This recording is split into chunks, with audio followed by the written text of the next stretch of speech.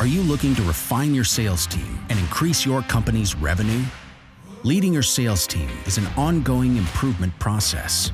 Join Harry Newhan from Eric Lofholm International as he interviews top sales managers in the world. Discover the best practices that rocket them and their teams towards success. Boost your recruitment, motivation, and training techniques, leading you to build a top-producing, synergetic sales team. Welcome to CSI for Sales Managers. All right, everybody, here we are. We're back with, this is Harry Newhan with Continuous Sales Improvement for Sales Managers. And we've got an awesome special guest today. Believe it or not, this is our first woman sales manager. So we're going to have some fun and get a different perspective here. And this is Nicole Rollins. We are with Continuous Sales Improvement. We're going to talk about the best practices for sales managers. And we are a division of Eric Lofholm International Continuous Sales Improvement. So let's go ahead and start our conversation, have a little bit of fun. Nicole, tell us first, before we get into the business side of business, tell us a little bit about yourself, a little bit of personal side. Are you a mom? Are you married? Whatever you feel like. Sure. Well, thank you for having me on, Harry. I'm excited to chat with you today and have some fun because we want to make this fun, right?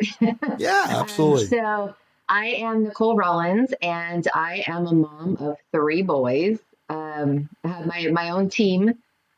Luckily for me now, we've made it through the early stages, and now we're in the teenage years. Woo! It's a roller coaster, but having boys in the teenage years is actually, I think it feels much easier. So I'm happy to be at this point now and have so much fun with my boys. I am married, and we are a blended family, so very modern day. So we have, my husband has 2 children, so we're all a big, happy Brady bunch. Oh, that sounds great. Thanks for sharing that, by the way. And maybe take a moment, tell us how you got into the sales management, and then we'll get into some of the best practices. But tell us a little bit of your history in as far as getting into the business. Yeah, sales has been part of my family. My dad was in sales, my brother's in sales, and so it's something I just kind of grew up being around all the time and never thought I would go into sales, which I think most people don't say, when I grow up, I want to be a salesperson. So it's one of those things you kind of fall into. And I think that's what makes it fun. It just kind of goes with the lifestyle that you choose. And for me, I'm kind of the opposite of most women in that I was a stay-at-home mom for years and then transitioned into a sales career later. And so I kind of did things backwards, but that worked for me and my family. And so I respect any woman's choice as to how she wants to take that path in motherhood and combining work and motherhood together. But I started in sales because, how funny is this? But I was so involved in my kids' schools when they were younger, in fundraising and things, and I was asking for things for free constantly from companies and businesses locally. And I was like, wait a minute, maybe I can get paid to do this. As I did with as I saw my dad was really involved in sales and did all the, Dale Carnegie courses and things as I was growing up. So I was very familiar with the space. Anyway, so I got my first job in working for a parent magazine, and I was doing advertising sales with the parenting magazine and really enjoyed it. And it allowed me to have the schedule I wanted with my kids. So that's how I kind of got involved in sales. And then I transitioned when my kids were all in school full time, decided I wanted to, make this a full-time career. So I was with my former company for 10 years, and wow. I worked my way up from a sales rep to a sales trainer, to a sales manager, to a regional director, and then ultimately a VP of sales, and helped grow the Western division of that company in the advertising marketing space. And now I am with a startup, and I am loving every second of it because I'm in the tech world. So I'm in SaaS, software as a service, in the GovTech space. And it is so exciting to be part of a startup because my creative juices are flowing again and I'm like reinvigorated. So that's kind of where I am now. Well, that's awesome. And it's exciting too, to hear your journey all the way from the bottom and working your way up. That really inspires me and our audience, because so many stories are that they jump right in and, all of a sudden they get out of college and they take a top position when they haven't really done the grunt work. And you starting at the Yes. bottom, what your people are going through. So that's exciting. Yes. Yes. So let's go ahead with our next question here. And this is about business. What do you feel for you is the most important aspect or best practice about sales management?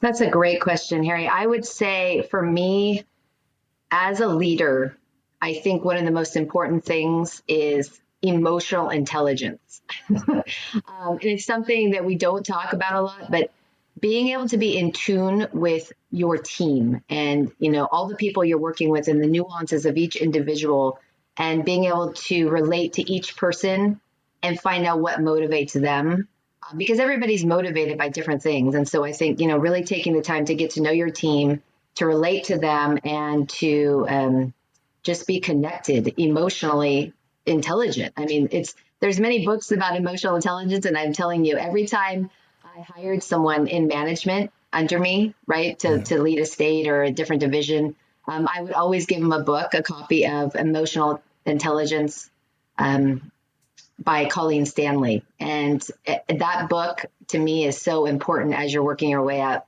in management and learning how to lead. Wow, that's a really cool aspect there. Thank you for giving us the book. Her name was Colleen Stanley. Yes, and she's all over LinkedIn, and she has 2 books now. One for sales reps, and then one for leaders that just came out recently in the last year. So, I think it's a really important part of leadership training and sales training, of course. That's but also, that's I was just awesome. going to say that also another thing I think is really important is being a player coach in a leadership role. And for me, it would be impossible for me to lead without knowing what it feels like to be in the trenches and for each company. So, in this new role, I've had to get out there and do everything, as you would as, just starting out in sales. So making those cold calls, doing the copywriting for emails and cold call templates and all those things and starting from scratch and learning the process. So as I hire and build a team in a startup environment, I know where my people, what it's going to feel like as they're going through the steps. And I did that in my last organization as well, as I work my way up. So I think it's very important to know and really be in the trenches with your team and know what it feels like to be in their shoes. Yeah, it's interesting because I find that doing that and having that experience gives you a whole nother level of credibility in their eyes. Yes. Because they know that you've been through it and they become more teachable because you're giving them the best practices and what worked for you. So that's awesome. Thanks for sharing that. Sure. So let's dive a little bit deeper. What do you feel is your best training idea for the trainees that you're bringing in, other than getting in there with them and knowing what they're going through? What do you feel is the best training idea? Well, I mean, I'm thinking of my previous role more so in that I think role playing was extremely important in the training process, even in a team setting. So maybe we're having a team meeting and we're taking turns role playing and putting ourselves in that environment and playing off of each other and sharing ideas and best practices. And then, of course, being in the demos with your team. Now I'm in, tech and SaaS. So everything's virtual and we're doing everything, through our computers and using Zoom. So being in a demo with someone you're training where they're watching you and then you're watching them and you're giving feedback to each other. I think just real life experience in those situations is the best way to learn and train. Yeah, no, that's a great one. So many times we are not shown the right way. We're handed a book or a list of how to do it and say, go do it. You just spent 4 hours in training. Now go do it. And there's not that show part. There's not that role playing part. So that's excellent. I got that one. Let's do the next one. As you're going through this, what do you feel for interviewing? What is your best interviewing advice when you're looking for new quality talent and add new members to your team? Well, the way I interview is very conversational. To me, interviewing should be a two-way street as far as it's my job to get them. Of course, the person I'm interviewing should be selling themselves, but I should also be selling my role, right? Because they're going to be working directly with me if I'm interviewing them, and the company.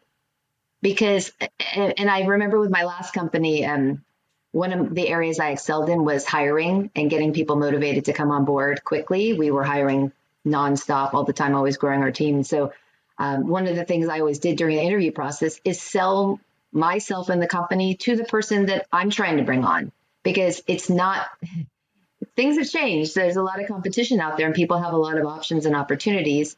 Even since COVID, there's still a lot of jobs out there. And so I think it's important to really motivate someone so that when they get out of the interview with me, they are excited. They're like, I want to work with this person. I want to be part of this company, because there's so much excitement and I can feel the enthusiasm radiating during the interview. And so that's my goal after every interview. So you get them to want to work with you and be on your team. Yeah, exactly. That's awesome. So that will take us in, now that you've got them on your team, that'll take us in the next one. Yep. What do you feel is your most successful or best practice as far as motivating your team, or some motivational ideas to keep them in that? I mean, they walk out of the interview, they're motivated. Now we got to go do the work. How do you keep that motivation, at that level, or doing what you want to do? Well, I think going back to emotional intelligence is important, right? Because now, if I've taken the time to get to know each member of the team and find out what motivates them, and it's not always money. You'd be surprised. I'm actually not motivated by money. I mean, of course, it's important, but so I think finding out what motivates each individual team member, and then taking that information and using that to structure the motivational techniques or strategies for that individual. Because you can't just do a blanket, okay, everyone's going to be motivated by the same thing. It just doesn't work that way. So again, tapping into emotional intelligence, figuring out, using that player coach mentality, and finding out, what's going to motivate each individual team member. And then I think something that's always helpful is just those team meetings. I know I've been in roles where we dreaded team meetings because the leadership was so negative, and that's a horrible experience. Yeah. And so my goal is always in the team meetings, and we would do weekly team meetings. I think that, and just make them all about sharing best practices, bringing on guest speakers like Eric Lofholm, who's come into our meetings before, but taking the time to bring in people that can help motivate your team instead of just hearing from you all the time as their leader. Best practices, so talking like, let's talk about maybe someone from the team that just closed an amazing deal, and letting them talk about how they move through that deal and helping motivate the other team through that positive interaction. So those are some of the strategies I've used with team meetings and sharing best practice. So those testimonials from other team members, those are really effective, aren't they? Yes.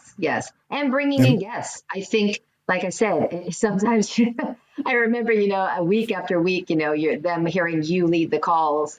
And it's like, what? Guess what? Today we have someone else to come in and give you some great tips and advice. And I think that's really helpful.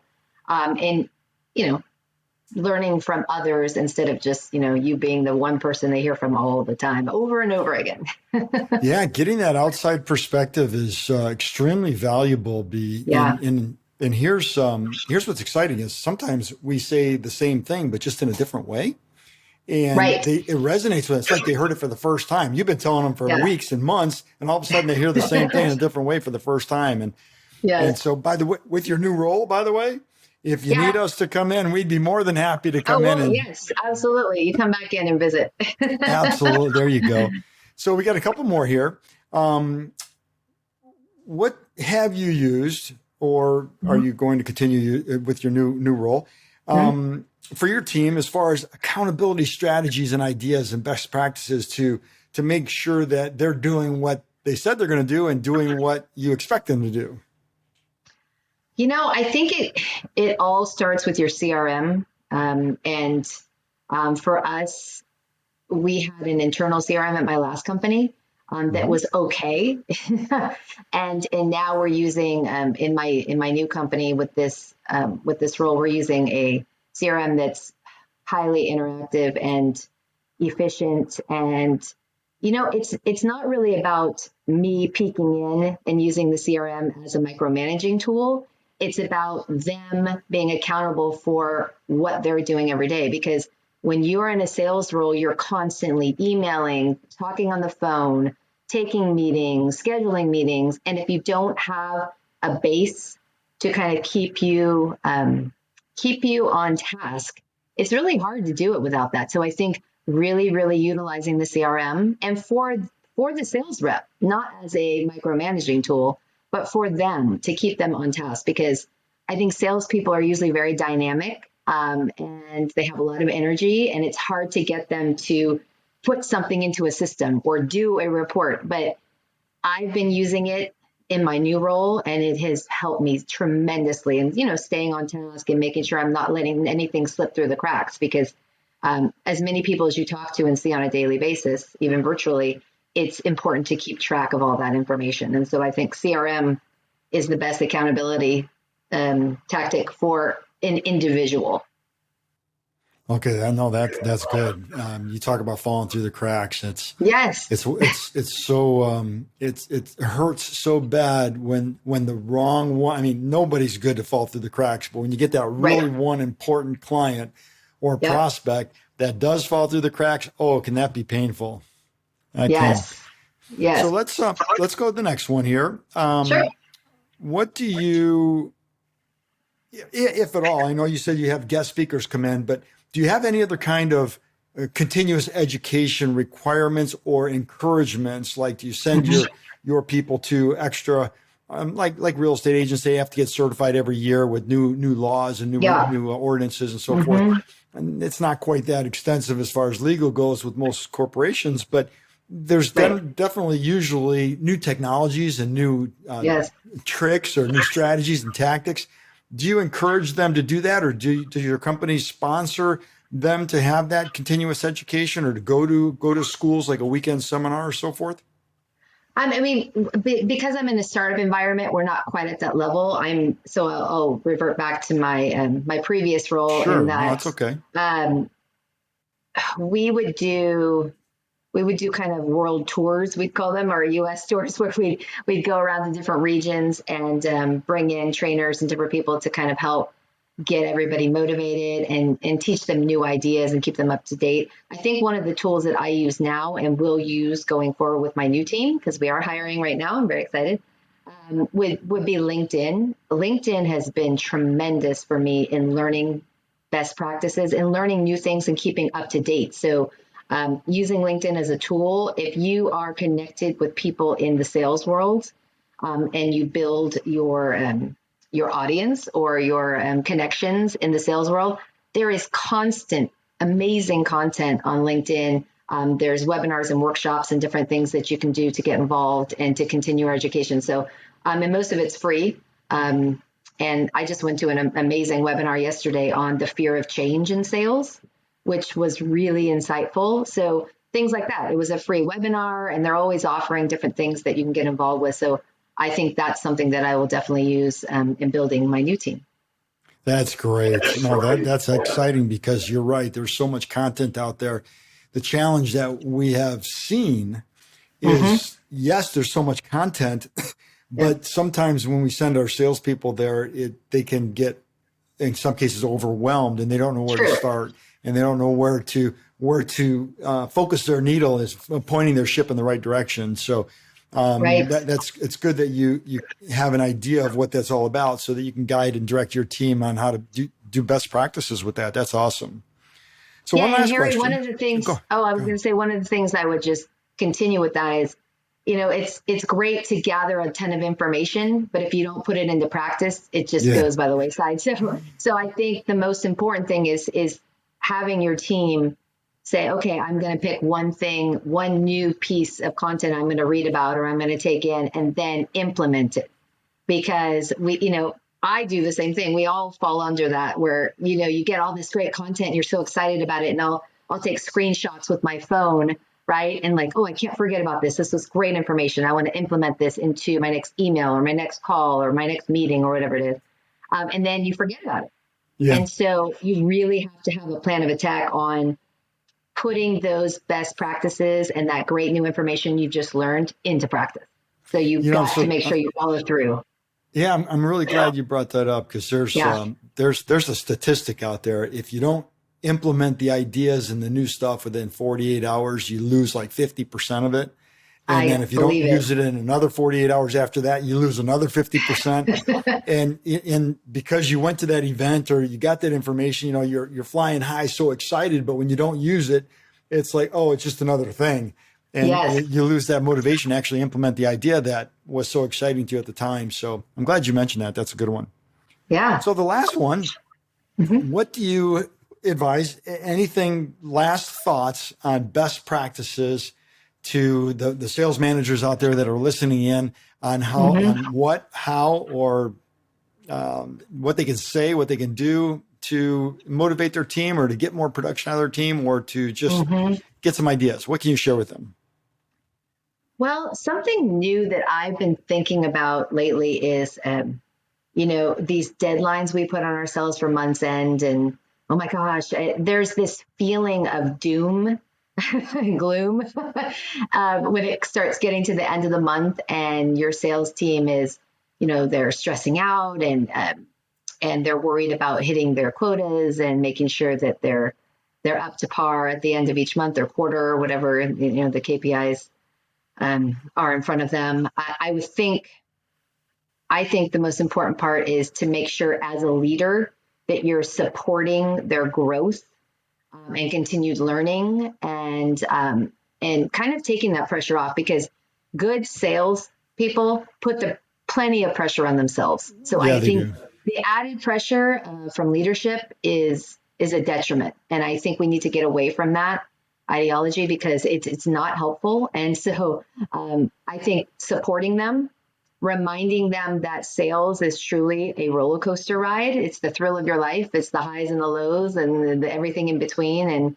And there's a quote that I have it on my desk and I repeat it constantly because in sales, if you don't have this mindset, it's going to be very difficult to get out of those holes, because we all hit those, the lows at times. And so you got to just bring yourself back up. So one of the quotes that I always have, like I have it sitting on my desk right now, is success is the ability to go from one failure to another with no loss of enthusiasm. And that quote's by Winston Churchill. And keeping that at the forefront, it's like, we can do this. And, we're going to learn from our failures and we're going to keep going. And we're always going to have that enthusiasm and excitement in front of us, and reminding your sales reps of that when they get into those lows, because as in that coaching role, you're going to have to be the motivator, right? Someone to inspire them and remind them that there will be good days ahead.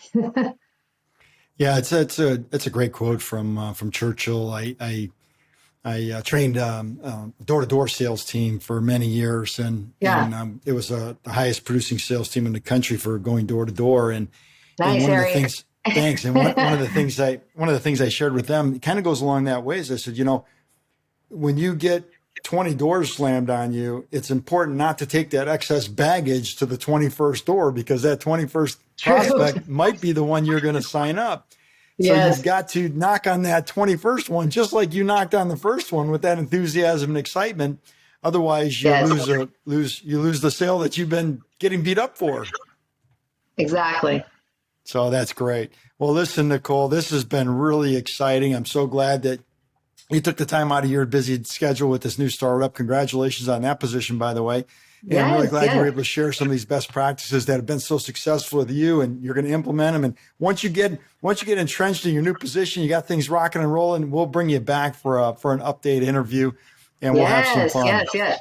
Yeah, I know that'll be good. You can give us some more of the new stuff after you get in there. So that's going to conclude our session for tonight, everybody. This is Harry Newhan with Continuous Sales Improvement for Sales Managers and the Best Practices. So thank you very much for joining in. We'll be back next Tuesday. Make sure you tune in, subscribe to our YouTube channel, and also go to our website, Continuous Sales Improvement for Teams.com. Continuous Sales Improvement for Teams.com. On there, you can actually get access to the previous episodes of our podcast here. But this one here will be on next Tuesday. Thanks. Have a great day, Talk to you next time. Bye. Bye-bye now. Thank you so much for listening. Be sure to subscribe to get notified of the latest episode. Also, to learn more about improving your sales team, visit continuoussalesimprovementforteams.com. See you in the next episode and have a great day.